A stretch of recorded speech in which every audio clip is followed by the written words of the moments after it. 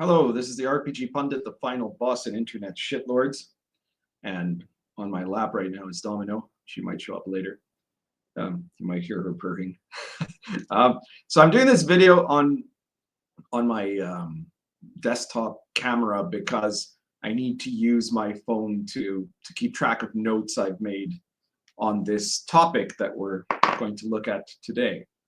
And it's not one of my usual topics because it's to do with RPGs, obviously, but in a peripheral kind of way. But because I'm an academic, a historian, and a student of comparative religion, and my area of specialty in the latter was basically new religious movements in the 20th century.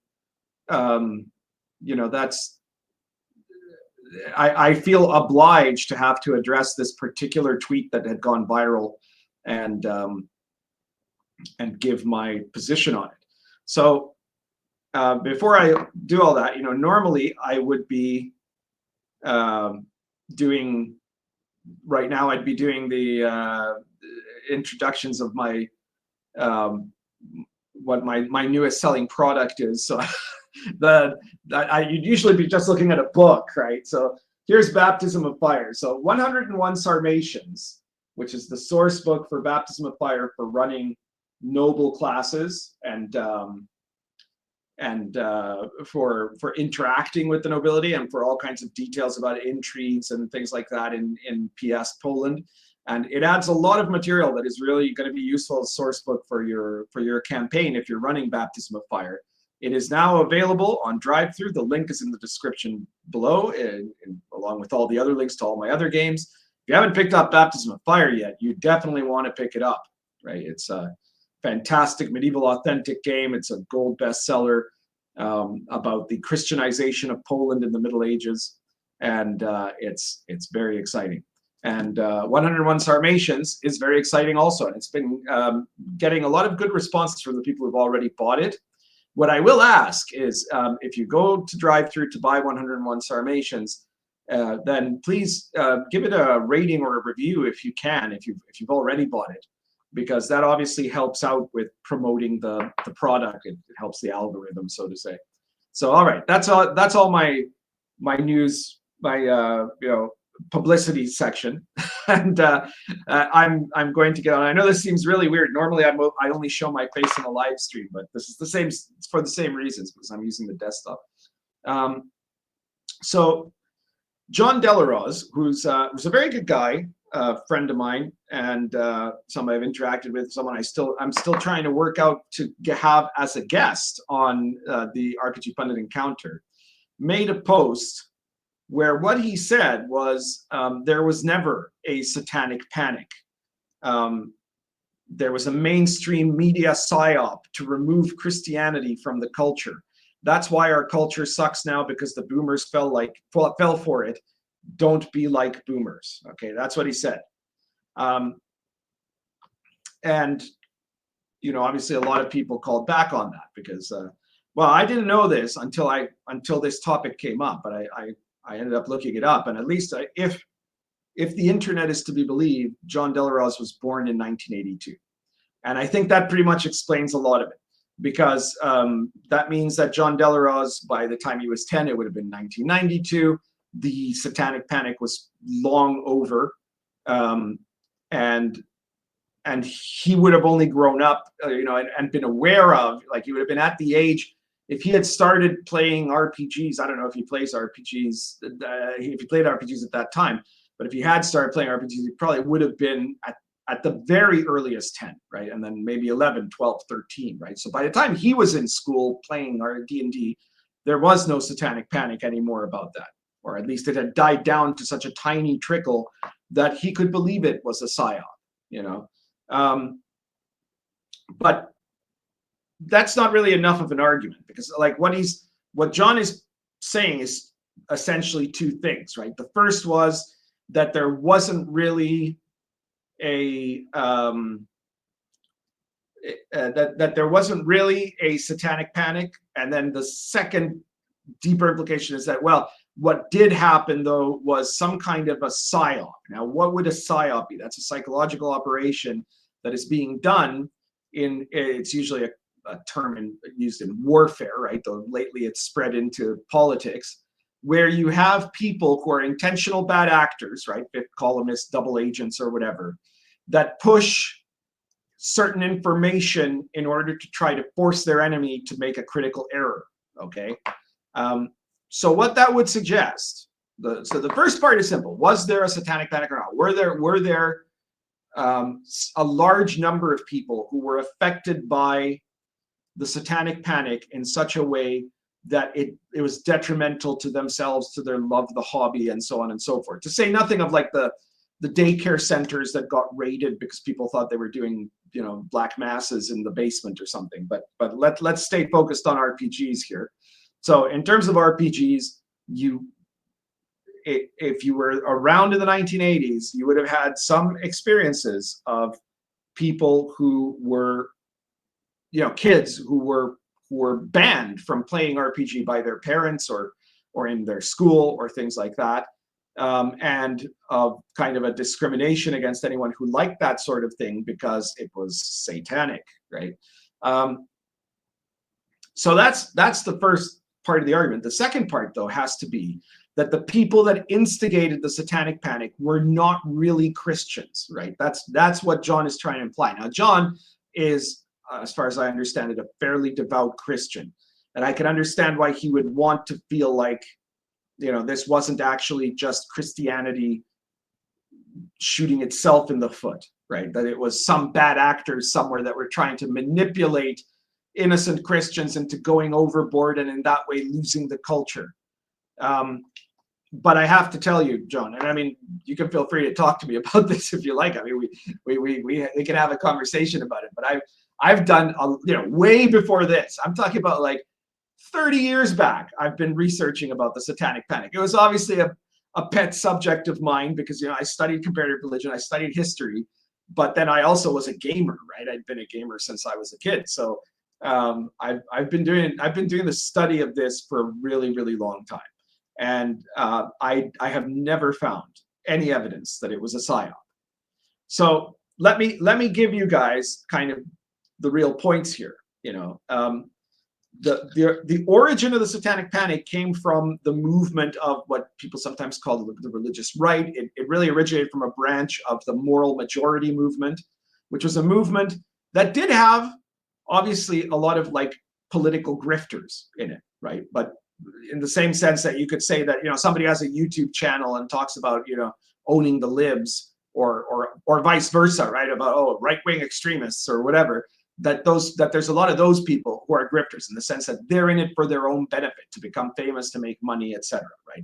That happened, right? And there were a lot of moral crusaders and pastors and reverends and what have you, and lots and lots of church ladies that were there, and a lot of them were looking to kind of also become famous and influential in the Christian movement. You know, especially this began primarily with evangelical Christianity, but it spread by later time. The kind of the thing that became the Satanic Panic spread to every denomination to some degree or another in American Christianity. And that's very important. You need to remember that, because this is going to get to my point of what was the actual after effect of the Satanic Panic and why John might, you know, John Delarose might take some solace in it or something. So I think maybe I should start, because I have another section here. I'm trying to get through my notes here and see if I can find. Hang on, guys. Sorry, I made notes on a couple of different sections, and this is a tricky thing to get a find on, but I know I have it here somewhere. Hang on. It must be higher up. It is my. Sorry. Here we go. All right, so I'm going to go out first and tell you guys about the history of the Satanic Panic, how it started and so on and so forth, right? So from a historical perspective, you could say that the prehistory of the Satanic Panic was in the late 1960s. There were religious groups that were already expressing deep concern with some of the changes in pop culture, right? Obviously, rock and roll was one of them. Also, the changed kind of nature of horror movies. In particular, Rosemary's Baby and The Exorcist, both of which seem pretty tame nowadays, were seen as movies that were spiritually dangerous by some of the people in the religious community, and they were very concerned also with the rise of Satanism. So Anton LaVey was running the Church of Satan at this time, and he was a total grifter. Right, that guy he didn't really know anything about magic. He didn't actually worship Satan. He didn't he didn't do any human sacrifices or anything like that. He was in it completely for the money, right? Complete and total con man. But there's nothing to suggest in anything I've seen of LaVey that he was intentionally trying to create a psy-op that would destroy Christianity's credibility or something like that. He didn't care enough. He just wanted to make money and become famous, and he did, right? So one of the key influences on Christian pastors who were worried about these sort of things, like the rise in Satanism, and also in foreign cults and weird sects and things like that, and in like I said, the influence on pop culture, on how it was seeming to become anti-Christian. One of the key influences that would form part of the moral majority's crusade of the Satanic Panic was a book called The Satan Seller by Mike Warnke, who warned that he had been part of a secret, or rather claimed he had been part of a secret cabal of over 1,000 Satanists who performed sexual assaults and human sacrifice, and that he was saved when he converted to Christianity, and then changed his ways. And now the book was his way of warning the Christian people of America that there are thousands of cults that have massive numbers of Satanists in them, and that they're doing, like, they're sacrificing people and all this sort of stuff, right? And not a word of that ended up being real. He was definitely a grifter, but of the Christian variety. He had been involved in multiple Christian ministries over the course of his life, including during the time that he was allegedly, according to his book, a Satanist, right? But it's not that he was secretly a Satanist while going to church. It was that he was never a Satanist, right? He came up with this idea, he made this story, and it was a very flimsy story overall, but it still took about 20 years before somebody researched it sufficiently, and it ended up being a reporter of Cornerstone magazine, which is an evangelical Christian magazine, in, I think it was 1992, that 1992 or 93, that they looked into this, decided to examine this book because it had been so influential and yet so incredulous, right, in terms of what he was claiming, that he was like part of a sect of 1,000 people, that they were killing people routinely and so on and so forth. And they found out that he was a complete Christian con artist. There was no evidence that he was that he had ever been in any kind of a satanic cult, and that he was doing everything for his own profit and personal aggrandizement, which is remarkable, because he got to do that for like about 20 years, right? His star had faded a bit, but he had continued to try to present himself, including to things like law enforcement, as an expert on the occult, and an expert on Satanism. So that was a big emphasis in the 70s. At the time, Christians really believed this, right? Like they believed that this was something that was potentially really happening, because they saw this moral change all around them, right? In 1980, there was a book that was published called Michelle Remembers, and this was published by a woman named Michelle Smith, ostensibly an account of a woman who during therapy recovers memories of having been ritually abused by a satanic cult as a child. It was a massive bestseller. Unlike the previous book, Michelle Remembers, became a mainstream hit, and it was written by Michelle and her therapist, the one who uncovered the abuse supposedly. And so this was ostensibly a psychology book, which makes it different from the other things I've talked about so far, because the other things were all kind of inside a strictly Christian mold, whereas this was, you know, the guy who wrote it was a relatively well-respected psychologist. But as it turns out, there's a lot.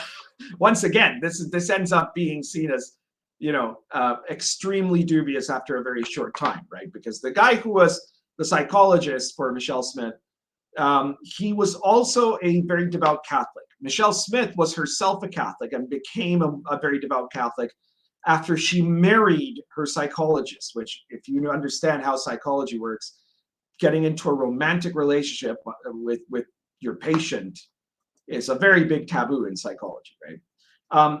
So it doesn't seem really clear what the real story is here, because it could be that the experience that this woman Michelle had while she was under therapy led her to believe she was being that this had been something that had really happened. It could be that she'd been encouraged by her therapist, right? It could be that they both actually believed that this was something real, but one or the other was consciously or unconsciously manipulating the other. Or it could be that they both very quickly realized that this was fantasy, but decided to make money off it, right? And nobody's ever been able to prove exactly which one of these it was, right? But the general understanding is that it's very clear now that this was a case of false memory implanting, because in the 1970s and 80s, the techniques that psychologists were using to try to get people to uncover hidden memories was very flawed, and it would tend to get people to create fake memories to try to satisfy the effort of the psychologist, you know. But it was like the big trigger. That was in 1980. That was what really started to trigger the Satanic Panic, Michelle Remembers. And there was a whole bunch of other books and products that were made about it. And then in 1985, you had Pat Pulling created B.A.D.D, Bothered About Dungeons and Dragons. She was a very troubled woman who blamed her son's suicide on Dungeons and Dragons, even though it's pretty clear that that was very little, if anything, to do with his death. You know, he probably killed himself because he was gay and going through a lot of stuff in 1985, you know. But yeah, this was where it became where D&D became a big target, right? Because before that, you already had people, like, mainly in the earlier part of the 80s, D&D had been under the radar, and it had been like the, you know, rock and roll music, mostly rock and roll music and weird sects that they were going after. But by you know, around 83 or so, D&D had become very popular, and so at that point it became a target, you know. This was also the year, 1985, the year that Tipper Gore, the wife of Al Gore, and others started the Parent Music Resource Center, which opposed not just satanic elements, but also raunchy lyrics and sexual innuendo in rock and rap music, calling for warning labels and restricting certain music to age limitations, like with movies. Now, could Tipper Gore have been a deep state agent? Yeah, sure, I guess. You know, could she be the one behind the psy-op? But I mean, she looked more like a busybody scold and a bored congressional housewife, right? So the question becomes, where's the psy-op, right? Because this seems to me to be that there was grifters who were not like doing this to try to take down Christianity. They were doing it to make money. There were certainly some grifters involved. There were also a ton of people who were very sincerely worried about the path that society was going on and about morality and religiosity, right? But I don't see anyone that, like, anywhere where you could say that this was something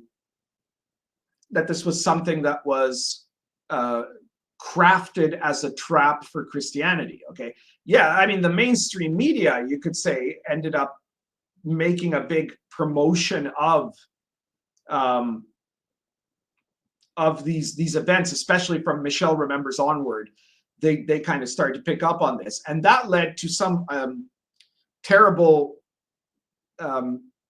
excesses on the part of media and media frenzies that, you know, did stuff like the you know, the McMartin preschool trial, where these people had their lives absolutely destroyed for allegedly, because they were allegedly abusing children in a preschool, when in fact there was no such abuse, right? That it was a complete fabrication, and the whole thing was backwards, right? So it wasn't only Christians who were engaged in the Satanic Panic, of course, because there was media, there was law enforcement, right? At the point where you got people investigating this stuff, and there were, like, you know, these supposed experts, like the guy who wrote the book on the Satan sellers, or Michelle Remembers, right? The therapist from Michelle Remembers then spent the rest of his life basically promoting himself to law enforcement and other institutions as an expert on satanic ritual abuse, right? Which is a thing that he made up, basically, or that him and Michelle made up together, you know. So all of those things were certainly a part of the Satanic Panic.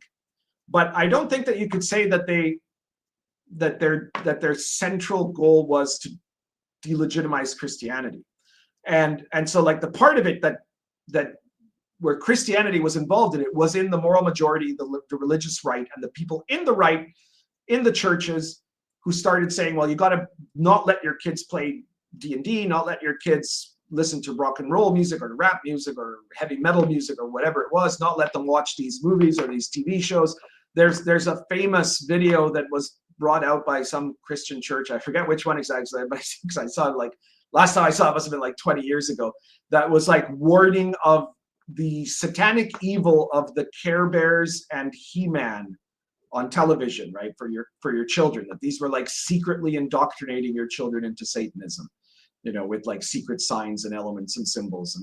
And so like there were people that went, you know, off their rocker. But I can kind of understand that, okay? Because these were people that in their generation went from a society that was inarguably and unquestionably a Christianity-based society to one that had become godless and often heathen, you know, and so what they saw would have been like so shocking to them, right? I grew, you know, being a Gen Xer, I grew up in the heathen ruins already. So like to me, it's less shocking, but as a historian, I can imagine the culture shock that people that were, you know, like what would have been regular Christians in 1964, you know, that suddenly by 74, their whole world is falling apart around them in this crazy way, right? You can understand that.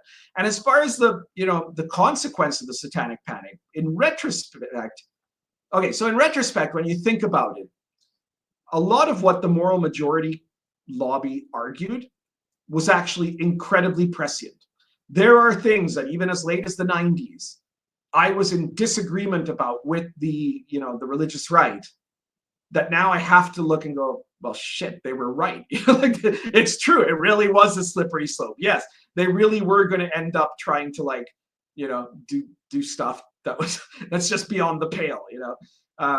There were really groomers, you know, all of that, you know, like it's and you know, I never would have believed that to be right. You know, I was sure that was wrong, but I was wrong. You know, they were right. You know, the slippery slope was real, and it seems to always be real. The things they feared turned out to be true, and it was obviously a reaction to the diminishing of the influence of Christianity on American culture. All of that is true, but tactically, at the time, in the 80s especially, late 70s, early 80s, up to like maybe the early 90s, the moral majority looked tactically like a really terrible movement, because its immediate effect was to push away anyone who enjoyed any of the things that they claimed were satanic. And those included things, again, like rock and roll, rap, children's cartoons, comic books, fantasy novels, Star Wars, Dungeons and Dragons, and a little later, video games. But the moment that it actually hit the churches, you can't claim it was a psy-op. It was extremely successful within the churches. Why do I say this? Because as late as the 80s, there was still, you know, up until the 80s, there was still enormous, in America, enormous interdenominational distrust. So in like the early 60s, for example, which was the golden age of Christian activity in America, let's say, just before, before the hippies started, right? You had a very strong Christian society overall, but Christian denominations could not stand each other. Okay, Catholics and Protestants routinely didn't talk to each other. Remember that when in 1960, when JFK ran for office, it was a significant question as to whether a Catholic could even be president of the United States. Okay, and those the people asking that question were obviously the Protestants, right?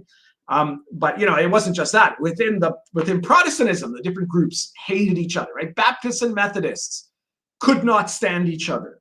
Okay, they would condemn each other. They wouldn't talk to each other. There was no communication between any of these groups, right? And don't get started on the Mormons. Everyone hated the Mormons, okay? So there was all of these different religious denominations had no contact policies with each other, basically, okay?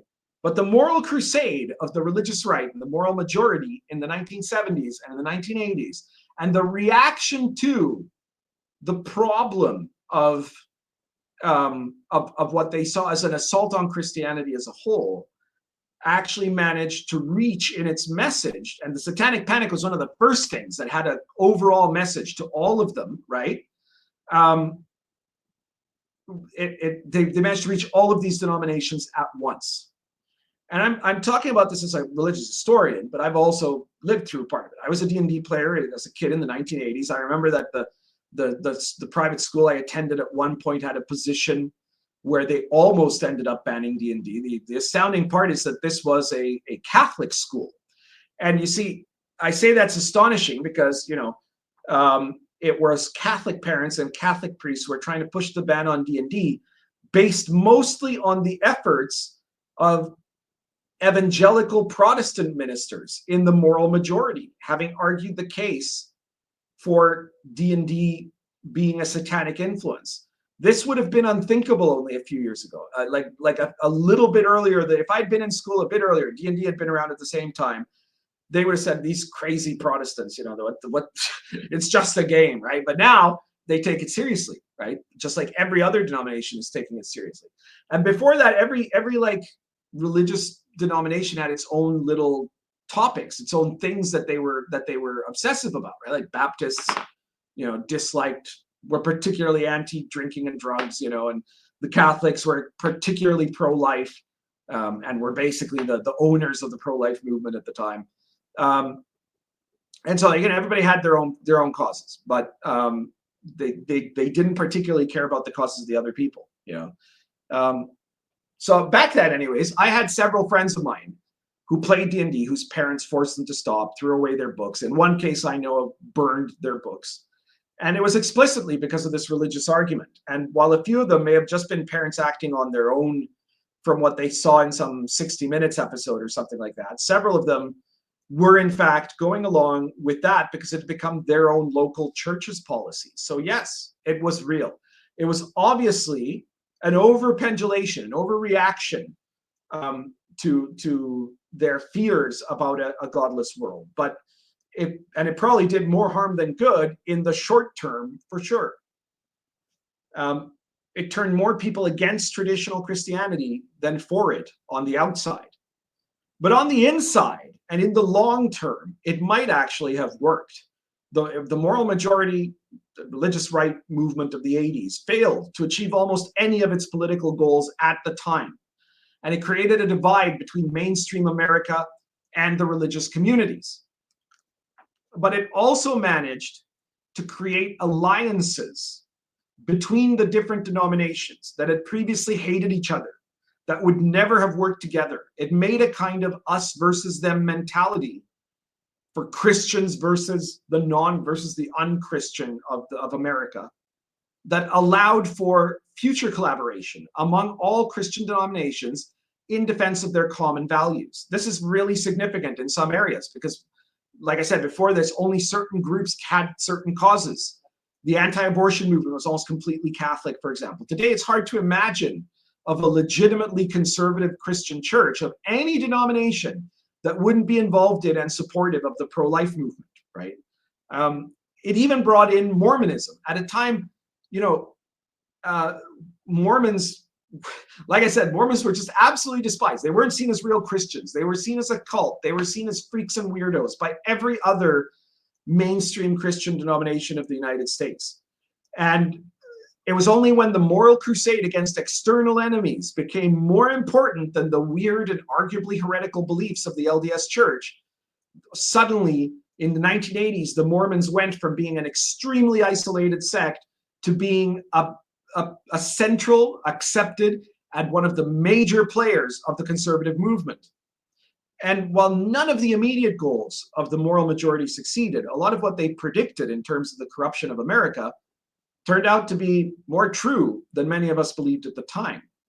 Their ability as oracles outdid their contemporary political skill. They were really crappy at politics, but they were really good at predicting what was going to come down.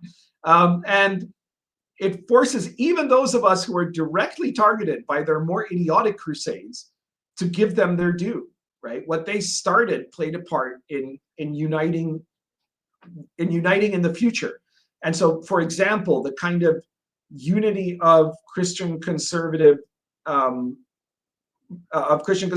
political activism that was started during the time of the Satanic Panic is the only thing responsible for the unified Christian support for the MAGA movement today, right? So if it hadn't been for the Satanic Panic, there's a chance that Donald Trump wouldn't be president again now, like that's, or it might not have been the first time.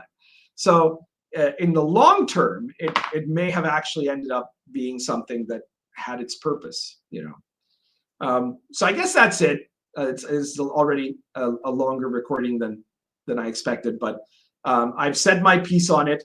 I don't see any, if you want to try to present proof, I've had people on Twitter trying to claim things, but they can't provide any actual evidence of anywhere where you can say it's a real psy-op, where the people involved were either not just very clearly charlatans or very clearly religiously directed, religious fanatics, right? I don't see where the manipulation was. I don't think that there was one. I think John can imagine that because he was 10 years too late to the where the shit all went down, and those of us who were there, can see it in a very different way. But on the other side, maybe I hope John will appreciate that I was able to describe here how, in part, a lot of the motivations behind what caused the Satanic Panic were actually pure motivations and turned out to be right motivations in terms of the ability of the religious right to predict the complete moral decay of our society, which they were completely right about. So and also to unify the disparate religious denominations to be able to form a force capable of potentially pushing back and at least helping in bigger movements like MAGA to take back the culture. So there you go. I know this is only peripherally about RPGs, but it's definitely about RPGs. If you're a Gen Xer, you lived through this, right? And so for us, it's definitely about RPGs. And if you're younger, well, I hope this is a good history lesson for you about just how the Satanic Panic developed and what happened in it. So that's everything for today. If you like this video, please hit the like button, subscribe if you haven't subscribed, share the video everywhere you can, and be sure to check out all my excellent products like Baptism of Fire, Lion and Dragon, Sword and Caravan, Heroes and Villains of the Silk Road, and there's more down here, but I think that's enough for the moment. So yeah, check them all out. The link to all my products are in the description below. The current, I believe the current issue of the Pundit Files is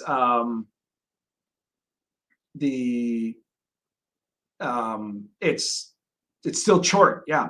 But I don't know if tomorrow I'm coming out with the Bones of St. Florian or if that's a week from now, but we'll see. It'll be coming out soon. Check out the Red Room. Check out the Pundit Files. Each Pundit File is only $3.50. In each one, you get a different topic of OSR and RPG goodness. There's bound to be something in the 20. There's 26 of them so far, I think. So in those 26 issues, there's bound to be something you're going to find useful. check them out. Only $3.50 at the Red Room store. All right. I'm currently smoking. This is a beautiful KNC Peterson military bit plus Argento roots.